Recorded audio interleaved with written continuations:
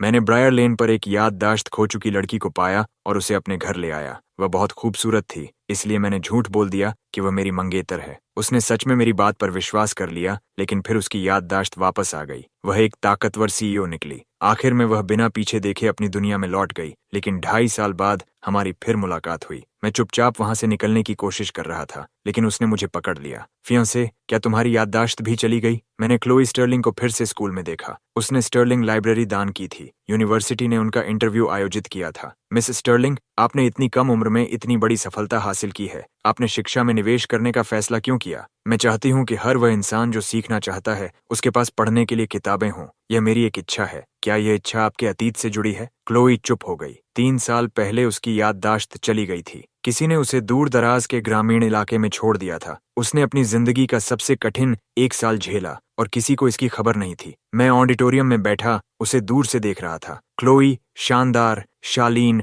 और ठंडी दिखाई दे रही थी। मैं सिर्फ एक कॉलेज स्टूडेंट था जिसने फाइनेंशियल एड के लिए आवेदन किया था। हमारे बीच 100 गज से भी कम दूरी थी। फिर भी हमारे बीच एक ऐसी खाई थी जिसे कभी पार नहीं किया जा सकता था। मेरा रूममेट उसे देखकर पूरी तरह मोहित हो गया। वाह, कितनी खूबसूरत है। यही मेरी वाइफ है, मतलब मेरी वाइफ। बहुत से अमीर घरों के बच्चे इंटरनेट पर वायरल हो जाते हैं, लेकिन क्लोई जैसी, जिसकी खूबसूरती बड़े बड़े सेलिब्रिटीज को भी पीछे छोड़ दे, वह लाखों में एक है। इसलिए सब मजाक में उसे अपनी वाइफ कहते थे। अरे सुना क्या, मेरी वाइफ 3 साल पहले गायब हो गई थी। मैंने सुना था कि वह मिसिंग नहीं थी बल्कि विदेश पढ़ने गई थी। ईथन, क्या तुमने कुछ सुना? नहीं, कहते हैं वह नॉर्थ स्टार हाईलैंड्स में मिली थी। ईथन, तुम तो वहीं के रहने वाले हो, तुम्हें कुछ नहीं पता चला? नहीं, मैं बहुत खराब झूठा था। अच्छी बात यह थी कि फाउंडर्स हॉल में हल्का अंधेरा था। उसने मेरे चेहरे पर छिपे अपराध बोध को ढक लिया। 3 साल पहले क्लोई सिर्फ वहां नहीं थी, वह मेरे साथ रहती थी। हमने 1 साल से भी ज्यादा समय साथ बिताया था। हमारी सबसे करीबी यादों में हम एक ही बिस्तर पर एक दूसरे को बाहों में लेकर सोते थे, लेकिन वे सारे राज हमेशा के लिए दफन रहने चाहिए थे। इंटरव्यू क्वेश्चन आंसर सेशन के साथ खत्म हुआ। एक स्टूडेंट ने हाथ उठाया। मिस स्टर्लिंग, हमने सुना है कि आपका एक फियांसे है। क्या यह सच है कि आपने उसके नाम का टैटू अपने शरीर पर बनवाया है? सबको गपशप पसंद होती है और पूरा हॉल तुरंत उत्साह से भर गया। ये सवाल विषय से जुड़ा नहीं है। ये केलेब मर्सर था। वह क्लोई के बगल में दूसरे गेस्ट के रूप में बैठा था। वह उसका सबसे भरोसेमंद असिस्टेंट था। अफवाह थी कि दोनों बचपन से साथ बड़े हुए थे और उनके परिवार भी एक दूसरे के बहुत करीब थे। ये सच है। टैटू मेरी पल्स के ठीक ऊपर है। उसने अपनी स्लीव ऊपर की ओर एक अकेला अक्षर ए दिखाई दिया। पूरा हॉल शोर से गूंज उठा। केलेब उसके ठीक बगल में बैठा था और वह अक्षर आखिर किसके लिए हो सकता था? केलेब ने भी शर्माते हुए नीचे देखा, मानो वह बात की पुष्टि कर रहा हो। दोनों के लिए बहुत अच्छा है। ये दोनों एकदम परफेक्ट मैच हैं। मुझे कुछ महसूस नहीं हुआ। मैं सिर्फ वापस जाकर पढ़ाई करना चाहता था। Back stage student council president Madison Brooks ने मुझे रोक लिया। ईथन, बिल्कुल सही समय पर मिले। क्या तुम एक गेस्ट का कोट ला सकते हो? मैंने आज सुबह बर्गर बान खाया था और मेरा पेट बहुत दर्द कर रहा है। मैडिसन का चेहरा पीला पड़ गया था और वह अपना पेट पकड़कर खड़ी थी। वह झूठ नहीं बोल रही थी। उसने मेरी फाइनेंशियल एड एप्लीकेशन में बहुत मदद की थी। मैं मना नहीं कर सकता था, लेकिन वह गेस्ट क्लोई थी। इंटरव्यू खत्म हो चुका था। क्लोई पहले ही बैक स्टेज की तरफ बढ़ रही थी।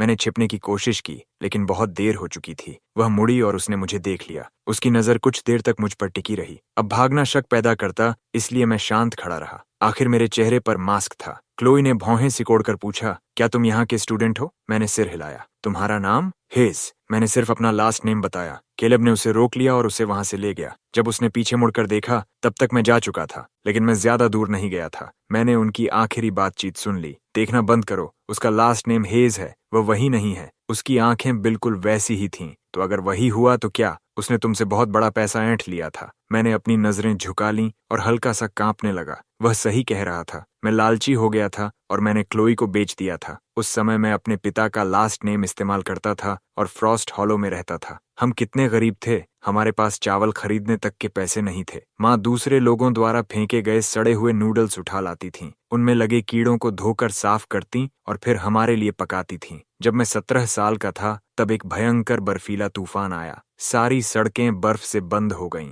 गांव के प्रवेश द्वार पर मुझे क्लोई मिली। वह वहीं बैठी थी, खाली निगाहों से सामने देख रही थी। मैं उसके पास गया और पूछा, तुम्हारा नाम क्या है? क्लोई। वह मुश्किल से बोल पा रही थी और साफ था कि उसकी मानसिक हालत ठीक नहीं थी। मैं मुड़कर जाने लगा, लेकिन उसने मेरा हाथ पकड़ लिया और अपनी आंखों से मुझसे विनती करने लगी। ठंड, भूख, अगर वह एक रात भी वहां रहती तो उसकी मौत हो जाती। हमारे गांव में हर सर्दी लोग ठंड से जमकर मर जाते थे। शराब पीकर बर्फ में गिर जाने वाले लोग अगली सुबह जमे हुए मिलते थे। मैं इसमें पड़ना नहीं चाहता था, लेकिन यह एक इंसानी जान थी। मैं उसे अपनी आंखों के सामने ठंड से मरते हुए नहीं देख सकता था, इसलिए मैं उसे अपने घर ले आया। वह मुझसे कुछ साल बड़ी लगती थी, इसलिए मैं उसे क्लोई कहकर बुलाने लगा। उसके पास कोई पहचान पत्र नहीं था, जैसे किसी ने जानबूझकर उसके सारे निशान मिटा दिए हों। मैं हर जगह उसके परिवार को ढूंढता रहा, लेकिन मुझे कुछ भी पता नहीं चला। इसमें कोई हैरानी की बात नहीं थी। हमारे कस्बे का सिस्टम सब जानते थे। वहां के क्लर्क्स अपनी जान पहचान के दम पर नौकरी पाए थे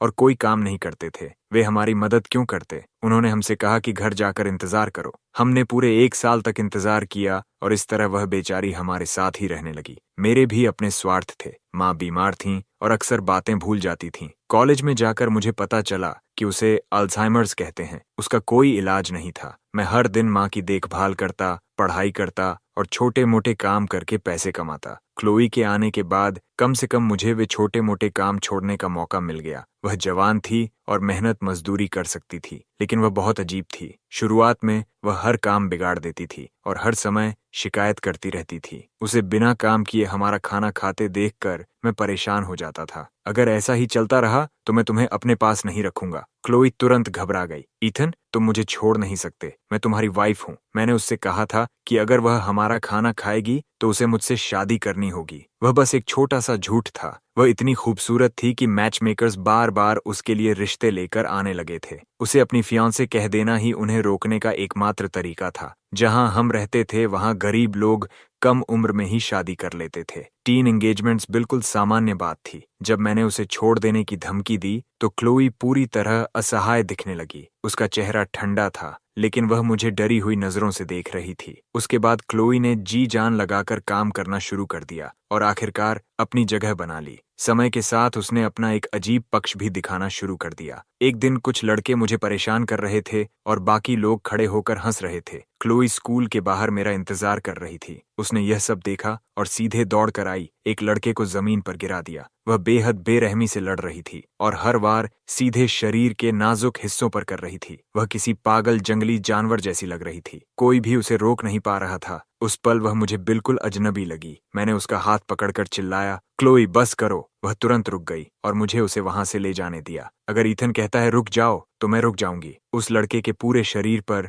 चोट के निशान थे। उसके माता पिता इलाज का खर्च मांगने हमारे घर आ गए। इससे हमारा पहले से संघर्ष कर रहा परिवार और भी गहरे कर्ज में डूब गया। उस रात क्लोई एक कोने में उदास बैठी थी। उसे पता था कि उससे गलती हो गई है। जब मैं उसे मनाने गया तो उसका चेहरा आंसुओं से भीगा हुआ था। आई एम सॉरी ईथन, मुझसे गलती हो गई। मैं दोबारा परेशानी नहीं खड़ी करूंगी। प्लीज मुझे छोड़कर मत जाना। वह एक छोटे बिल्ली के बच्चे की तरह रो रही थी। मेरा दिल पिघल गया, इसलिए मैंने कहा तो फिर अच्छे से रहना। मुझे सिर्फ एक आज्ञाकारी वाइफ चाहिए। ठीक है। अगले दिन क्लोई कुछ पैसे लेकर घर आई। उसने अपनी वॉच बेच दी थी। जब मुझे वह मिली थी तब उसके हाथ में बहुत महंगी दिखने वाली वॉच थी। मैं घबरा गया और बोला, तुमने इसे कैसे बेच दिया? हो सकता है तुम्हारे परिवार को ढूंढने के लिए इसकी जरूरत पड़े। लेकिन वह मुस्कुरा दी। तुम ही मेरा परिवार हो। मैं कहीं नहीं जा रही। मैं तुम्हारे साथ ही रहूंगी। साफ था कि उसे ठग लिया गया था। उस वॉच की कीमत उससे कहीं ज्यादा थी, लेकिन क्लोई को इसकी कोई परवाह नहीं थी। वह पूरी तरह आज्ञाकारी बन गई थी और सिर्फ मेरी बात सुनती थी। लेकिन जिस लड़के को उसने पीटा था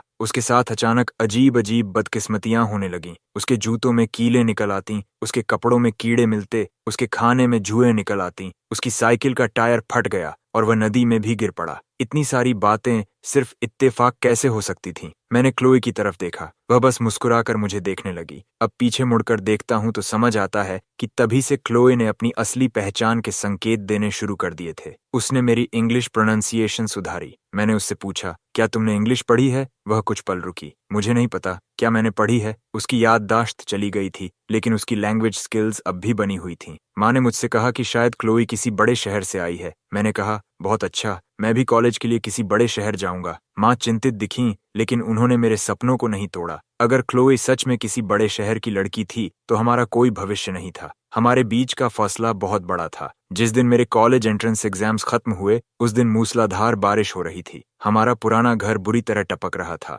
मेरा बिस्तर पूरी तरह भीग गया, इसलिए क्लोई और मैं फर्श पर साथ सोए। हम इतने करीब लेटे थे कि एक दूसरे की सांसें महसूस कर सकते थे। नींद नहीं आ रही। अगर मेरा एडमिशन नहीं हुआ तो हो जाएगा, शहर के स्कूलों में बेहतर स्टूडेंट्स और बेहतर टीचर्स होते हैं। मैं चाहे जितनी मेहनत करूं, शायद उनका मुकाबला न कर सकूं। ईथन, तुम कॉलेज कहाँ जाना चाहते हो? मैंने थोड़ा सोचा। Washington DC. मैं नेशनल मॉल देखना चाहता हूँ। हंसना मत, गांव का हर बच्चा उसे देखने का सपना देखता है। ठीक है, फिर हम डीसी जाएंगे, माँ को भी साथ ले जाएंगे। क्लोई, अगर मेरा एडमिशन नहीं हुआ तो मैं तुम्हें ले जाऊंगी। क्लोई ने पूरे विश्वास के साथ कहा। मैं तुम दोनों को अपने साथ ले जाऊंगी। उसकी बात सीधे मेरे दिल में उतर गई। 18 साल की उम्र में मुझे पहली बार समझ आया कि किसी से प्यार हो जाने का एहसास कैसा होता है। मुझे बहुत खुशी थी कि वह मेरी फियांसे थी। मैंने उसे बाहों में भर लिया और उसकी गर्माहट को महसूस करने लगा। क्लोई का शरीर एक पल के लिए सख्त हो गया, फिर उसने भी धीरे से मुझे गले लगा लिया। हम बस चुपचाप एक दूसरे को पकड़े रहे और वह पल बिल्कुल परफेक्ट लगा।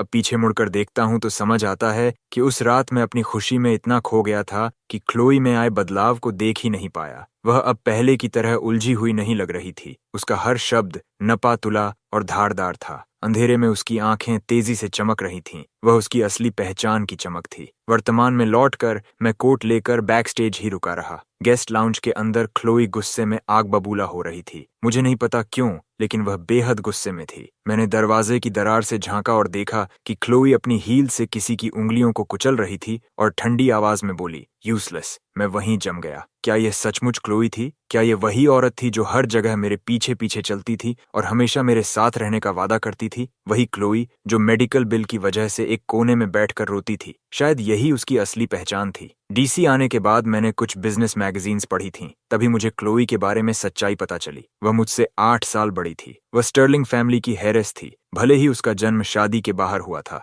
इससे उसकी हैसियत जरा भी कम नहीं हुई थी। वह अभी 30 साल की भी नहीं हुई थी, फिर भी वह अपनी निर्दयता के लिए बदनाम थी। 1 साल पहले उसने अपनी ही बहन को पागल कर दिया था और परिवार की इकलौती वारिस बन गई थी। सिर्फ कागजों पर पढ़कर मैं क्लोई को इतना निर्दयी सोच भी नहीं सकता था, लेकिन अपनी आंखों से देखकर वह एहसास एक साथ जाना पहचाना भी लगा और अजनबी भी। शायद मुझे कोट वहीं छोड़कर चले जाना चाहिए, लेकिन जैसे ही मैं हिचकिचाया, दरवाजा खुल गया। वहां कौन है? क्लोई बाहर आई। उसके चेहरे पर कोई भाव नहीं था। मेरी रीढ़ में सिहरन दौड़ गई। कोई बात नहीं थी। मेरे चेहरे पर मास्क था और सिर पर हैट। नीचे झुकी हुई ब्रिम की वजह से कोई मुझे पहचान नहीं सकता था। मैंने शांत स्वर में कहा, यह केलब के लिए है। मेरी बात पूरी भी नहीं हुई थी कि बैक स्टेज से गुजर रहे एक स्टूडेंट ने आवाज लगाई, ईथन, तुम अभी तक वापस नहीं गए? जैसे ही उसने मेरा नाम लिया, क्लोई ने तुरंत मेरी कलाई पकड़ ली। तुम्हारा नाम क्या है? क्लोई लगातार मेरी तरफ देखती रही। जब मैं चुप रहा तो उसने मेरा मास्क उतारने के लिए हाथ बढ़ाया। तभी मुझे बच निकलने का रास्ता दिख गया। जॉर्डन, तुम यहाँ हो। क्लोई ने मुझे छोड़ा और मेरी जॉर्डन ब्लेक की तरफ बारी बारी से देखने लगी। मैंने कहा, ओलिविया रीड तुम्हें ढूंढ रही थी। ओह ठीक है, मैं उसे ढूंढने जाता हूँ। मैं तुम्हारे साथ चलता हूँ। मैंने कोट वहीं छोड़ दिया और उसके साथ बाहर निकल गया। किस्मत से हमारे नाम आसानी से गड़बड़ा जाते थे। फाउंडर्स हॉल से बाहर निकलने के बाद जाकर मैंने राहत की सांस ली। जॉर्डन ने पूछा, ईथन, तुम मिस स्टर्लिंग से क्या बात कर रहे थे? तुम तो बस उनके लिए कुछ लेने गए थे, है ना? सच में? तुम दोनों के बीच का माहौल बहुत अजीब था। कैसे अजीब? वह तुम्हें ऐसे देख रही थी जैसे अभी जिंदा निगल जाएगी। वह सही कह रहा था। क्लोई सचमुच मुझे निगल जाने वाली नजरों से देख रही थी। इसकी वजह उस गर्मी में छिपी थी जब मैं 18 साल का हुआ था। जिस दिन मेरे एग्जाम रिजल्ट्स आए, उसी दिन केलब मर्सर फ्रॉस्ट हॉलो पहुंचा। उसने खुद को क्लोई का दोस्त बताया और कहा कि वह उसे लेने आया है। माँ की भविष्यवाणी सच निकली। क्लोई सिर्फ किसी बड़े शहर की लड़की नहीं थी, वह एक अमीर हायरेस थी। वह हमारे पास कैसे पहुंची, इसकी कहानी बहुत जटिल थी। उसकी बहन ने एक एक्सीडेंट करवाया था। क्लोई बच गई थी, लेकिन उसके दिमाग पर चोट लगी थी। अमीर परिवारों की सत्ता की लड़ाई सचमुच बेहद क्रूर होती है। शुरुआत में मैंने केलब को गेस्ट की तरह सम्मान दिया, लेकिन जब मुझे एहसास हुआ कि उसके नाम का पहला अक्षर मेरे नाम के पहले अक्षर जैसा ही है, तो मैं वहीं ठिठक गया। घर पर सब लोग मुझे बचपन वाले निकनेम से बुलाते थे, यहाँ तक कि माँ भी। सिर्फ क्लोई मुझे ईथन कहती थी। मैं हमेशा सोचता था कि ऐसा क्यों। अब मुझे लगा कि शायद मैं वजह समझ गया हूँ। क्या जब भी वह मुझे ईथन कहती थी तब उसके मन में कोई और होता था? क्या वह मेरे साथ इसलिए अच्छी थी क्योंकि उसने मुझे केलब समझ लिया था? केलब अपने सूट और चमकते हुए शूज में बेहद शानदार लग रहा था। क्लोई के साथ खड़े होकर वह बिल्कुल उसी दुनिया का हिस्सा लगता था और मेरी पैंट पर लगे पैबंद मुझे एक मजाक बना रहे थे। फिर भी जब केलब क्लोई को अपने साथ ले जाने लगा तो मैंने पूछा, क्या यही उसकी अपनी इच्छा है? बिल्कुल, उसने बाहें बांधकर मेरी तरफ नीचे देखते हुए कहा। वह स्टर्लिंग फैमिली की हेरेस है। उसके हिस्से में करोड़ों की दौलत आने वाली है। क्या तुम्हें लगता है कि वह यहाँ रहकर गरीबी में जिंदगी बिताना चाहेगी? मैंने कहा, नहीं, मुझे उससे खुद बात करनी है। ठीक है, अगर तुम्हें उसी के मुंह से सुनना है। तभी क्लोई की आवाज आई, केलेब, भगवान का शुक्र है तुम आ गए, मैं तो लगभग ठगी ही गई थी। वह क्लोई की आवाज थी। मुझे पूरा यकीन था तुमने उसकी बात सुन ली, मैं उसे अपने साथ ले जा रहा हूँ। केलेब ने मुझे चुप रहने के बदले बहुत बड़ी रकम दी। तुम नियम जानते हो, मैं वह अपमानजनक पैसा नहीं लेना चाहता था, लेकिन माँ की हालत बहुत गंभीर थी और हमें पैसों की सख्त जरूरत थी। क्लोई मुझे छोड़कर जा चुकी थी, मैं माँ को भी नहीं खो सकता था। मैं पूरी तरह टूट चुका था, लेकिन मैंने खुद को जल्दी संभाल लिया। मैंने अपने सारे विकल्पों पर विचार किया और तय किया कि क्लोई से आखिरी बार एक चीज और लेनी चाहिए। मैंने कहा, बस इतना, ये काफी नहीं है। केलेब मुझे हैरानी से देखने लगा। तो तुम उतने मासूम नहीं हो जितने दिखते हो। मैंने कहा, मैं उसे इसी दिन के लिए अपने घर लाया था। अब खुश हो? अगर चाहते हो कि मैं चुप रहूं तो और पैसे दो। केलेब के पास इसका कोई जवाब नहीं था। मुझे बहुत बड़ी रकम मिली और मैंने उसका एक एक पैसा माँ के इलाज पर खर्च कर दिया, लेकिन फिर भी उन्हें बचाया नहीं जा सका। जब मेरा एक्सेप्टेंस लेटर आया तो माँ खुशी से रो पड़ी। वही आखिरी बार था जब मैंने उन्हें मुस्कुराते या रोते देखा। उन्होंने कहा, ईथन, मन लगाकर पढ़ाई करना, मेरी तरफ से नेशनल मॉल और माउंट रशमोर जरूर देखना। मैं पूरी जिंदगी एक गरीब गांव की औरत रही, मैं तुम्हें ज्यादा कुछ नहीं दे सकी। प्लीज मुझे दोष मत देना। मैं उन्हें दोष कैसे दे सकता था? उन्होंने मुझे अपना सब कुछ दे दिया था। मैं उनका आभारी था, खुश था और उनसे पूरे दिल से प्यार करता था। बाद में मैं डीसी चला गया और नेशनल मॉल तथा माउंट रशमोर देखा। फिर मैंने माँ का लास्ट नेम अपना लिया और ईथन हेज बन गया। क्लोई स्टर्लिंग नाम धीरे धीरे मेरी यादों से धुंधला पड़ने लगा। सिर्फ कभी कभी भीड़ भाड़ वाली सड़क पर चलते हुए मुझे याद आ जाता कि यही वह जगह थी जहां वह बड़ी हुई थी। ये सारी जगहें उसके लिए बिल्कुल साधारण थीं, लेकिन उससे क्या फर्क पड़ता था? हम फिर कभी नहीं मिलने वाले थे। हालांकि वह अंदाजा पूरी तरह सही साबित नहीं हुआ। कुछ ही समय बाद मैंने क्लोई को पूरी तरह अपने दिमाग से निकाल दिया। अगली स्टूडेंट काउंसिल मीटिंग में प्रेसिडेंट ब्रुक्स ने कहा कि मिस स्टर्लिंग सबके रिज्यूम अपने साथ ले गई हैं। मेरा दिल एकदम सिमट गया। रिज्यूम? हाँ, पता नहीं उन्हें उनका क्या करना है, लेकिन उनमें हमारे नाम, फोटो, होम टाउन और बाकी पर्सनल डिटेल्स भी हैं। उसके लिए मैं अब एक खुली किताब था। फिर भी मैंने थोड़ी सी उम्मीद पकड़ कर रखी। क्लोई के पास अब सब कुछ था। वह मेरे जैसे गरीब स्टूडेंट की परवाह क्यों करेगी? मीटिंग खत्म होने के बाद हम ऑफिस से बाहर निकल रहे थे। मेरे आगे चल रहा लड़का अचानक रुक गया और हैरानी से देखने लगा। मैंने पूछा, क्या हुआ मिस स्टर्लिंग? मैंने ऊपर देखा। क्लोई हॉलवे की दीवार से टिक कर खड़ी थी। मैं मुड़कर भागने लगा। ईथन हेज, बहुत समय हो गया। क्लोई मुझे एक रेस्टोरेंट में ले गई। वहां सबसे सस्ती डिश की कीमत भी मेरे एक महीने के खर्च के बराबर थी। उसने कुछ नहीं खाया, वह बस मुझे देखती रही। मैंने भी कोई झिझक नहीं दिखाई। जब उससे बच ही नहीं सकता था तो पहले पेट भर लेना ही बेहतर था। कुछ देर बाद क्लोई ने आखिर पूछा, तुम मुझसे बच क्यों रहे हो? हमारी दोबारा मुलाकात के बाद उसने मुझसे सबसे पहला यही सवाल पूछा था। मैंने क्रैब का एक टुकड़ा खाते हुए कहा, आइए भी मिस स्टर्लिंग, क्या आप सच में यह सवाल पूछ रही हैं? मैं एक गरीब स्टूडेंट हूँ। आप स्टर्लिंग होल्डिंग्स की हेरेस हैं। हमारी जिंदगियां एक दूसरे से बिल्कुल अलग हैं, तो हमारी जिंदगियां अलग हैं।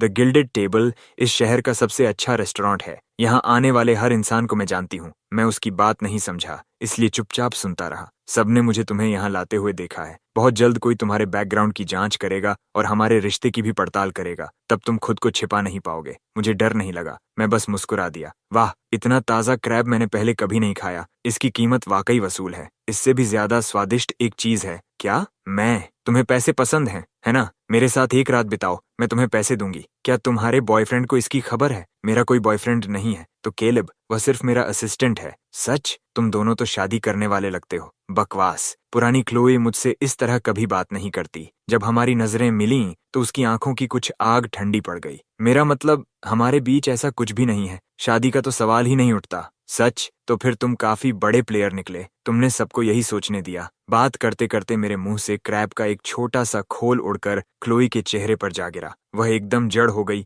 और उसे पोंछना तक भूल गई। मुझे ऐसी बेतुकी अफवाहों का जवाब देने की कोई जरूरत नहीं लगी। अगर हर अफवाह साफ करने बैठूं तो पूरा दिन उसी में निकल जाएगा। बोलते बोलते वह अचानक रुक गई। उसे एहसास हो गया था कि वह मुझे सफाई दे रही थी। क्लोई जैसी ताकतवर और जिद्दी औरत किसी के सामने इतनी बातें कभी नहीं करती थी। तुम्हारी बात में दम है। मैंने सिर हिलाया। अच्छा हुआ मैंने तुम्हारे जैसे प्लेयर को कभी गंभीरता से नहीं लिया। तुम्हें 2 मिलियन में खुद को बेच देना सही फैसला था। तो क्या हम अब भी साथ सोने वाले हैं? क्लोई ने गुस्से में मुझे धक्का देकर अपनी पोर्शे में बिठा दिया। उसने 1 घंटे का रास्ता सिर्फ 30 मिनट में पूरा कर लिया। स्टर्लिंग हाउस पूरी तरह अंधेरे में डूबा हुआ था। जैसे ही हम अंदर गए, उसने मुझे एंट्रेंस के कैबिनेट से दबा दिया। उसने अपने दांतों से मेरी कॉलर खींचनी शुरू कर दी। वह बेचैन और उतावली थी। मैंने कोई विरोध नहीं किया। तभी सबसे अहम पल पर मैंने कहा, मैं एग्जीक्यूटिव ऑफिस में जाना चाहता हूँ। क्लोई अचानक रुक गई। मैंने फिर दोहराया, स्टर्लिंग होल्डिंग्स का एग्जीक्यूटिव ऑफिस। वहाँ इंटर्नशिप सिर्फ उन्हीं स्टूडेंट्स को मिलती है जिनके पास अच्छे कनेक्शंस होते हैं। मैं आधी जिंदगी मेहनत कर लूँ तब भी वहाँ नहीं पहुँच सकता। मुझे पैसे नहीं चाहिए, मुझे बस वह मौका चाहिए। यह स्टर्लिंग होल्डिंग्स था। वहाँ इंटर्नशिप पाने के लिए कॉलेज स्टूडेंट्स कुछ भी करने को तैयार रहते थे। क्लोई ने धीरे धीरे मुझे छोड़ दिया। क्या तुम सच बोल रहे हो? हाँ, मैं मुस्कुराया। मैं स्टर्लिंग होल्डिंग्स में सीखना चाहता हूँ। फिर ग्रेजुएशन के बाद मुझे एक हाई पेइंग जॉब मिल जाएगी। धड़ाम! क्लोई ने दरवाजे के पास रखा एक वाजे उठाकर जमीन पर दे मारा। वह चकन्नाचूर हो गया। उसके हाथ से खून बह रहा था, लेकिन जैसे उसे दर्द का एहसास ही नहीं था। वह लगभग निराश होकर मेरी तरफ देखने लगी। क्या अब हमारे बीच सिर्फ एक दूसरे का इस्तेमाल करना ही बचा है? और क्या बचा है? तुम्हारे पास दूसरा रास्ता भी है। मुझे फिर से अपना बना लो, मुझे वापस जीत लो। मैं तुम्हें जो चाहो दूंगी। नहीं, वह बहुत झंझट है। मुझे तुम्हारा दिल नहीं चाहिए, तुम्हारा प्यार भी नहीं चाहिए। दोनों मेरे किसी काम के नहीं हैं। ईथन, अब ईथन हेज। मैंने माँ का लास्ट नेम अपना लिया है। ओह सही। वह कुछ पल चुप रही। तुम्हारी माँ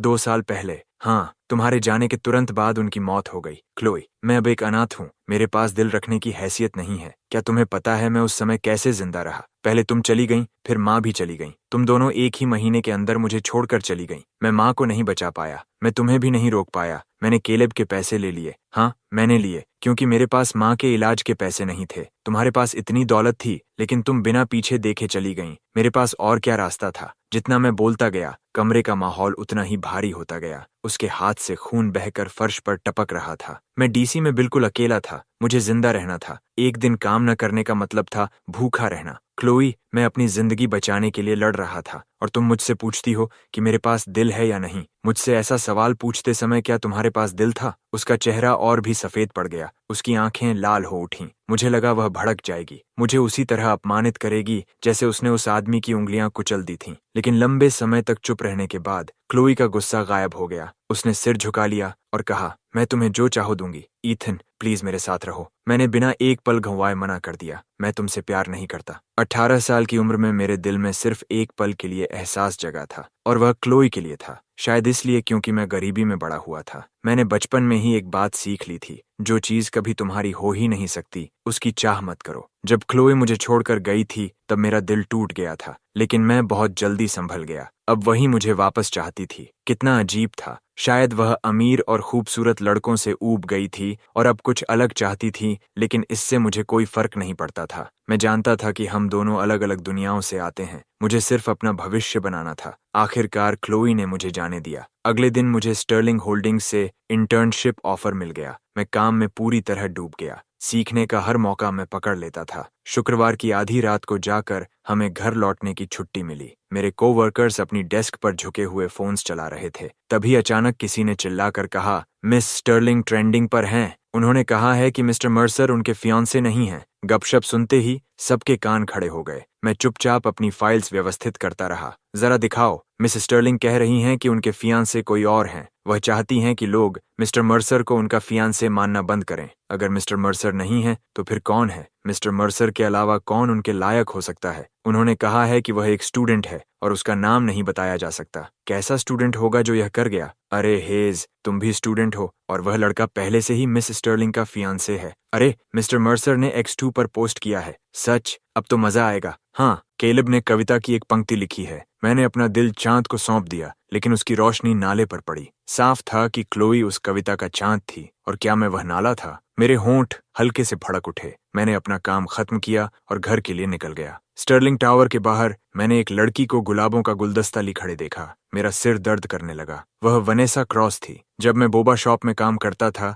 तब से वह मुझे लगातार परेशान करती आ रही थी। मैं उसे कई बार मना कर चुका था, लेकिन वह मानती ही नहीं थी। अब वह यहाँ तक मेरा पीछा करते हुए आ गई थी। वनेसा अपने कॉम्पैक्ट मिरर में खुद को देख रही थी। मुझे देखते ही उसने अपने हिसाब से एक आकर्षक मुस्कान दी। हे हैंडसम, मैं तुम्हें लेने आई हूँ। अगर फिर से मुझे परेशान किया तो मैं पुलिस बुला लूंगा। इतने ठंडे मत बनो। क्या मेरे साथ डेटिंग करना इतना बुरा होगा? मैंने उसकी फ्लर्टिंग को पूरी तरह नजरअंदाज कर दिया। वनेसा गुस्से में आ गई। ईथन हेज, अपनी किस्मत ज्यादा मत आजमाओ। मेरे एक इशारे पर तुम्हारे जैसे लड़के दौड़ते हुए आ जाते हैं। तुम्हारे पास मिरर है, उसमें खुद को देख लो। अगर उससे भी काम न चले तो किसी पानी के गड्ढे में देख लेना। गुस्से से पागल होकर वनेसा ने मुझे पकड़ने की कोशिश की। इतने तेज हो? पता नहीं बेड में भी इतने ही तेज हो या नहीं। तभी मेरी नजर के कोने से मैंने स्टर्लिंग टावर से बाहर आते हुए एक परिचित चेहरा देखा। वह क्लोई थी, हमेशा की तरह ठंडी और दूर दूर रहने वाली। लेकिन उसके आगे बढ़ने से पहले ही मैंने वनेसा को जोर से धक्का दिया और अपनी वाटर बॉटल का सारा पानी उसके सिर पर उड़ेल दिया। दफा हो जाओ, दोबारा मुझे हाथ लगाया तो बुरी तरह पीटूंगा। क्लोई वहीं खड़ी रह गई, पूरी तरह हैरान। क्या उसे लगा था कि मैं उसके आने का इंतजार करूंगा ताकि वह मुझे बचाए? अब नहीं। ऐसे सपने मैंने बहुत पहले देखना छोड़ दिए थे। मुझे धक्का देने के बाद वनेसा खुद को अपमानित महसूस कर रही थी। वह गालियां देती हुई फिर मेरी तरफ झपटी, लेकिन क्लोई ने एक किक मारकर उसे गिरा दिया। क्लोई ने बर्फ जैसी ठंडी नजरों से वनेसा के हाथ को अपनी हील के नीचे दबा दिया, बिल्कुल उसी दिन की तरह। वनेसा दर्द से चीख उठी। मैं पुलिस बुलाऊंगी, इसकी कीमत चुकानी पड़ेगी। बुला लो, हिम्मत है तो बुलाओ। वनेसा की नजर क्लोई की रिस्ट पर बंधी वॉच पर पड़ी और वह तुरंत डर गई। आंसू बहाते हुए वह गिड़गिड़ाने लगी। मैम, मुझे नहीं पता था कि वह आपका आदमी है। मैं उसे दोबारा कभी परेशान नहीं करूंगी। मैं वहां से जाने ही वाला था, लेकिन यह बात मुझे खटक गई। मैं उसका नहीं हूँ, मैं अपना खुद का हूँ, मैं किसी का नहीं हूँ। क्लोई ने मेरी तरफ देखा। उसने वनेसा को तब छोड़ा जब वह रोने लगी। सब खत्म होने के बाद क्लोई ने मुझे राइड ऑफर की, लेकिन वह कैंपस की तरफ नहीं जा रही थी। गलत रास्ता है,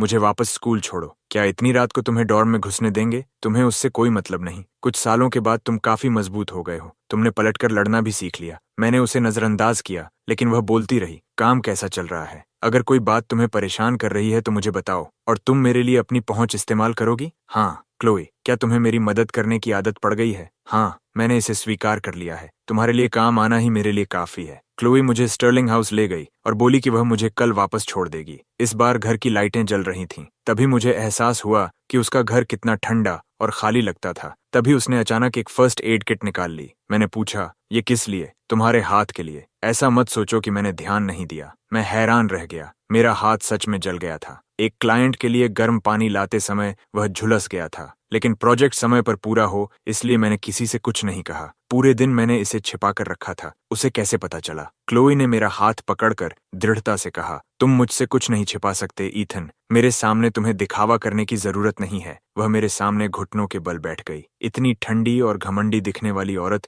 मेरे हाथ पर दवा लगाते समय बेहद धैर्यवान और नरम थी। मैं चुपचाप इधर उधर देखने लगा। तभी मेरी नजर एक फोटो पर पड़ी। वह माँ और क्लोई की साथ वाली फोटो थी। यह उस समय की थी जब क्लोई हमारे साथ रहने आई थी। उसके 4 महीने बाद शहर से कोई कैमरा लाया था और माँ ने फैमिली फोटो लेने को कहा था। मुझे याद है उस दिन माँ फोटो को सीने से लगाकर धीरे से बोली थी, हमारा 3 लोगों का छोटा सा परिवार। क्लोई ने भी खुशी से दोहराया, 3 लोगों का परिवार। वह एक बिल्कुल साधारण दिन था, लेकिन हम कभी उस दिन में वापस नहीं जा सके। मुझे माँ की बहुत याद आई। मेरी आंखों में आंसू भर आए, लेकिन मैंने उन्हें रोक लिया। रुको, क्लोई के पास वह फोटो कैसे आई? अचानक मुझे कुछ याद आया और मैंने पूछा, रुको, क्या ये फोटो हमारे पुराने घर में नहीं थी? जब मैं तुम्हें ढूंढने गई थी तब मैं इसे वापस ले आई। तुम मुझे ढूंढने गई थी? टीसी में 1 महीना बिताने के बाद मैंने सब कुछ निपटा लिया और वापस गई, लेकिन घर खाली था। वॉल्टर बून ने बताया कि माँ की मौत हो चुकी थी और अंतिम संस्कार के बाद तुम फ्रॉस्ट हॉलो छोड़ चुके थे। क्यों? तुम मुझे क्यों ढूंढ रही थी? क्लोई ने हैरानी से मेरी तरफ देखा। तुम्हें डीसी ले जाने के लिए। और क्यों? लेकिन क्या तुम मुझसे नाराज नहीं थी? तुमने मुझे $2 मिलियन के बदले छोड़ दिया था। क्लोई ने थकी हुई सांस ली। लेकिन चाहे मैं कितनी भी नाराज थी, तुम फिर भी मेरे पति थे। मैं और क्या करती? मैं तुम्हारा पति नहीं हूँ। जिस दिन तुम गई थी तुमने पीछे मुड़कर भी नहीं देखा। तुम मुझसे मिलना तक नहीं चाहती थी। मैं तुमसे मिलने से मना नहीं कर रही थी। उस समय मैं भी अपना परिवार खो रही थी। जिस दिन केलब मुझे लेकर गया उसी दिन मेरे दादाजी आईसीयू में थे। मेरा जन्म शादी के बाहर हुआ था और मेरे साथ हमेशा गंदगी की तरह व्यवहार किया गया। रिचर्ड स्टर्लिंग मुझे घर सिर्फ इसलिए लाया था ताकि विक्टोरिया पर दबाव डाल सके। और मेहनत करो नहीं तो इनाम तुम्हारी बहन को मिलेगा। कुछ हासिल करो नहीं तो कंपनी तुम्हारी बहन को मिलेगी। मैं सिर्फ तुलना करने का एक जरिया थी। आखिर में मुझे कुछ भी नहीं मिला और मुझे विक्टोरिया और मार्गरेट के गुस्से से हमेशा डरते डरते रहना पड़ता था। लेकिन मैं क्या कर सकती थी? मैं एक इलेजिटिमेट डॉटर थी। मेरे पिता ने धोखा दिया था, लेकिन उसकी सजा मुझे भुगतनी पड़ी। अगर मेरे पास कोई विकल्प होता तो मैं कभी जन्म ही नहीं लेना चाहती। अपनी 20 की उम्र में क्लोई की प्रतिभा खुलकर सामने आने लगी। विक्टोरिया अब उसे दबा नहीं पा रही थी। क्लोई के सामने वह पूरी तरह अयोग्य लगने लगी। इसी वजह से 3 साल पहले वह बदनाम फैमिली ड्रामा हुआ। विक्टोरिया ने क्लोई के खिलाफ साजिश रची। क्लोई बच तो गई, लेकिन उसके सिर पर गंभीर चोट लगी। फिर उसे मरने के लिए ब्लैक पाइन के पिछड़े इलाके में फेंक दिया गया। सार्वजनिक रूप से उन्होंने कहा कि क्लोई खुद जिद करके वहां घूमने गई थी और जो हुआ वह उसी की गलती थी। जैसा विक्टोरिया ने सोचा था, क्लोई तो सिर्फ एक इलेजिटिमेट डॉटर थी। रिचर्ड स्टर्लिंग को कोई परवाह नहीं थी। परिवार ने बस दिखावे के लिए थोड़ी तलाश की और न मिलने पर हार मान ली। आर्थर कॉल्डवेल ही क्लोई का एकमात्र रिश्तेदार था जिसे उसकी सच में परवाह थी। उसके गायब होने के बाद वह गंभीर रूप से बीमार पड़ गया। आर्थर ने क्लोई के पुराने एड्स, जिनमें केलेब भी शामिल था, उनसे गुप्त रूप से तलाश जारी रखने को कहा, लेकिन उसके पास ज्यादा समय नहीं था। क्लोई आखिरी बार उनसे मिलने के लिए जल्दी से डीसी लौट गई। ईथन, मेरा इरादा था कि पहले सब कुछ सुलझा दूं, फिर तुम्हें और माँ को यहाँ ले आऊं। 20 साल से ज्यादा समय में मुझे शायद ही कभी परिवार का एहसास हुआ था। सिर्फ तुम्हारे साथ तुम ही मेरा परिवार थे। उसकी आंखों में आंसू भर आए। मुझे वजह पता थी, उसे भी माँ की बहुत याद आती थी। माँ ने हमेशा उसके साथ बहुत अच्छा व्यवहार किया था। जब क्लोई कमजोर थी और लोग उसे तंग करते थे, तब माँ हमेशा उसे सांत्वना देती थी और उसके लिए खड़ी हो जाती थी। फिर तुमने मुझे ईथन क्यों कहा? आखिरकार मैंने वह सवाल पूछ ही लिया जो इतने समय से मुझे परेशान कर रहा था। क्या यह केलेब मर्सर की वजह से था? क्लोई हैरान होकर मेरी तरफ देखने लगी। तुम ऐसा क्यों सोचोगे? उसका इससे कोई लेना देना नहीं था। मैंने तुम्हें ईथन इसलिए कहा क्योंकि जब हम मिले थे तुमने अपना नाम ईथन बताया था। ईथन वही नाम था जो मेरे मन में बस गया। जहां तक केलेब की बात है, वह और मैं सिर्फ कोवर्कर्स थे। मैंने उसे कभी ईथन नहीं कहा। वह बहुत ज्यादा निजी संबोधन है। मैं किसी सबॉर्डिनेट को उस नाम से नहीं बुलाती। मैंने बीती बातों को याद किया और अचानक सब कुछ समझ में आने लगा। केलेब ने मुझे एक रिकॉर्डिंग सुनाई थी जिसमें तुम कह रही थी कि तुम्हें लगभग किसी ने ठग लिया था। क्लोई ने भौहें सिकोड़कर कुछ देर सोचा। मेरा मतलब मेरे पुराने असिस्टेंट से था। वह वफादार लगता था, लेकिन उसने मेरी बहन के साथ मिलकर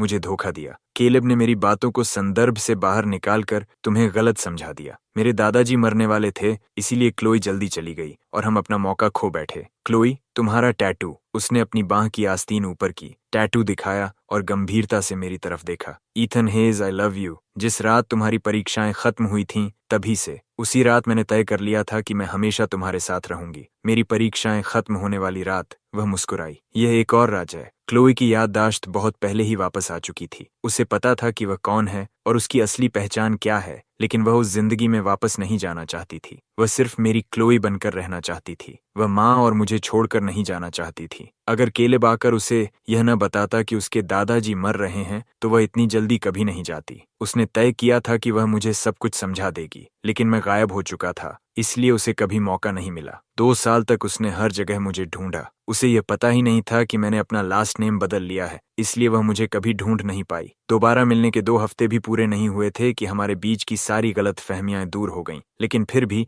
मैंने उसके साथ दोबारा रिश्ता शुरू करने से मना कर दिया। इसके पीछे कोई गहरी वजह नहीं थी। मेरे लिए पढ़ाई और करियर प्यार से ज्यादा महत्वपूर्ण थे। मैं पढ़ाई करता रहा और इंटर्नशिप भी करता रहा। बाद में मुझे पता चला कि क्लोई और केलेब के रिश्ते खराब हो गए थे। असल में वे बचपन के प्रेमी नहीं थे। उनके परिवार भी एक दूसरे के करीब नहीं थे। ये सब क्लिक बेट अकाउंट्स की बनाई हुई झूठी कहानियां थीं। केलेब क्लोई के असिस्टेंट्स में से एक था और काफी समय से उसके साथ काम कर रहा था। विक्टोरिया के हमले के बाद क्लोई ने अपने कई भरोसेमंद एड्स खो दिए थे। केलेब इसलिए बना रहा क्योंकि उसने अपनी वफादारी साबित की थी और बहुत जल्दी ऊंचे पद पर पहुंच गया था, लेकिन उसने अपने बॉस की निजी जिंदगी में दखल देकर हद पार कर दी। 1 महीने बाद केलेब ने स्टर्लिंग होल्डिंग्स छोड़ दिया। लोगों ने पूछा कि मैंने उससे बदला क्यों नहीं लिया। सच कहूं तो उसकी कोई जरूरत नहीं थी। आगे बढ़ जाना ही बेहतर था। जिंदगी में उससे कहीं ज्यादा दिलचस्प चीजें थीं। कुछ महीनों बाद पूरी कंपनी को पता चल गया कि क्लोई मेरा पीछा कर रही है। यह सब एक क्लाइंट मीटिंग के दौरान शुरू हुआ। क्लाइंट एक घमंडी,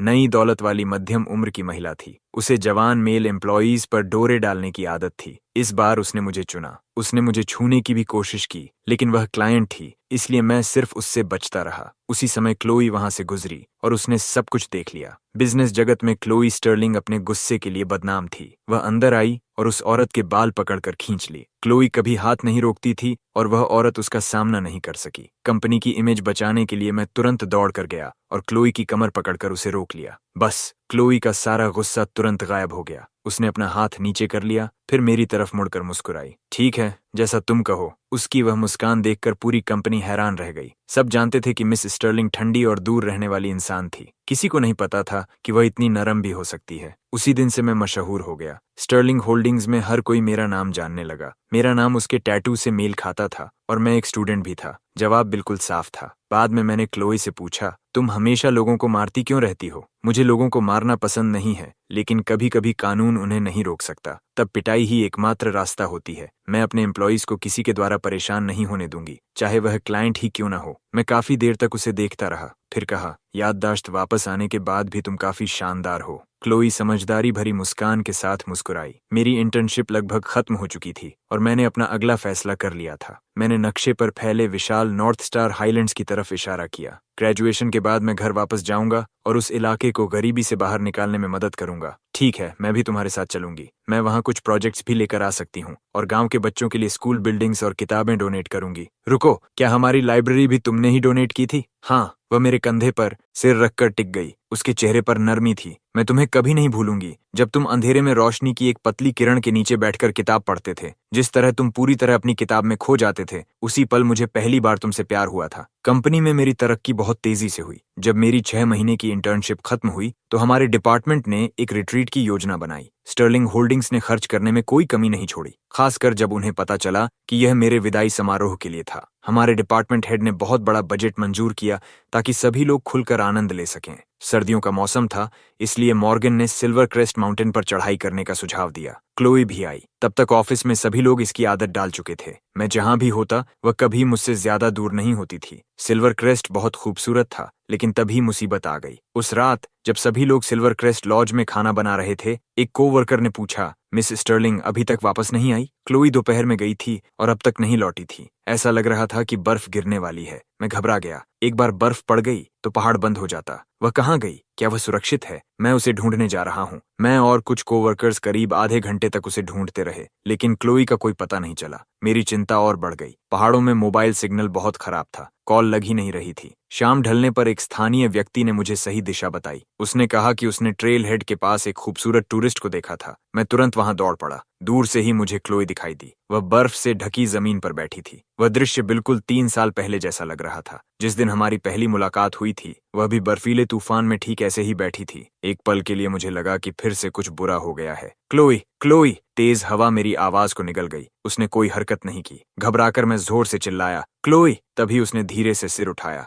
उसके होठों पर हल्की सी मुस्कान थी। ईथन, तुम यहाँ क्या कर रहे हो? मैं तुम्हारी चिंता में पागल हो गया था। तुम यहाँ बाहर क्यों हो? मैं एक पौधा ढूंढने आई थी। यहाँ के लोगों ने कहा कि यह बर्फ को चीर कर उगता है। ये तुम्हारी तरह मजबूत है। उसने बहुत सावधानी से अपने हाथ खोले। उसके हाथों में बर्फ से ढका एक छोटा सा अंकुर था। मैंने कहा, इसे यहीं छोड़ दो। अगर बर्फ पिघल गई तो ये जीवित नहीं रहेगा। इसे मत ले जाओ। ठीक है। क्लोई ने आज्ञाकारी होकर उसे फिर से मिट्टी में लगा दिया। अगला बर्फीला तूफान आने से पहले मैंने अपना हाथ उसकी ओर बढ़ाया। चलो क्लोई, वापस चलते हैं। पूरे रास्ते क्लोई और मैं हाथ पकड़े रहे। कल सुबह सूर्योदय के समय छोटी सुनहरी चमकेगी। देखना चाहोगे? हाँ, साथ में देखेंगे। बिल्कुल, मैं तुम्हें सुबह जल्दी जगा दूंगी। जरूरत नहीं, हम अपने कमरे से साथ में देखेंगे। क्लोई को मेरी बात समझने में एक पल लगा। फिर वह खुशी से लगभग उछल पड़ी और पूरी तरह अपना संयम खो बैठी। अच्छा हुआ आसपास कोई कोवर्कर नहीं था। फिर भी उसे इस तरह देखकर वह बिल्कुल वैसी ही लगी जैसी भोली सी लड़की को मैं पहले जानता था। हम सिल्वर क्रेस्ट लॉज लौट आए और सबको बताया कि हम सुरक्षित हैं। काफी रात हो चुकी थी, इसलिए थोड़ी देर बाद सब सोने चले गए। जैसे ही कमरे का दरवाजा बंद हुआ, क्लोई पंजों के बल उठी और उसने मुझे चूम लिया। उसके होंठ अब भी बर्फ की वजह से ठंडे थे। मैं ये उस रात से करना चाहती थी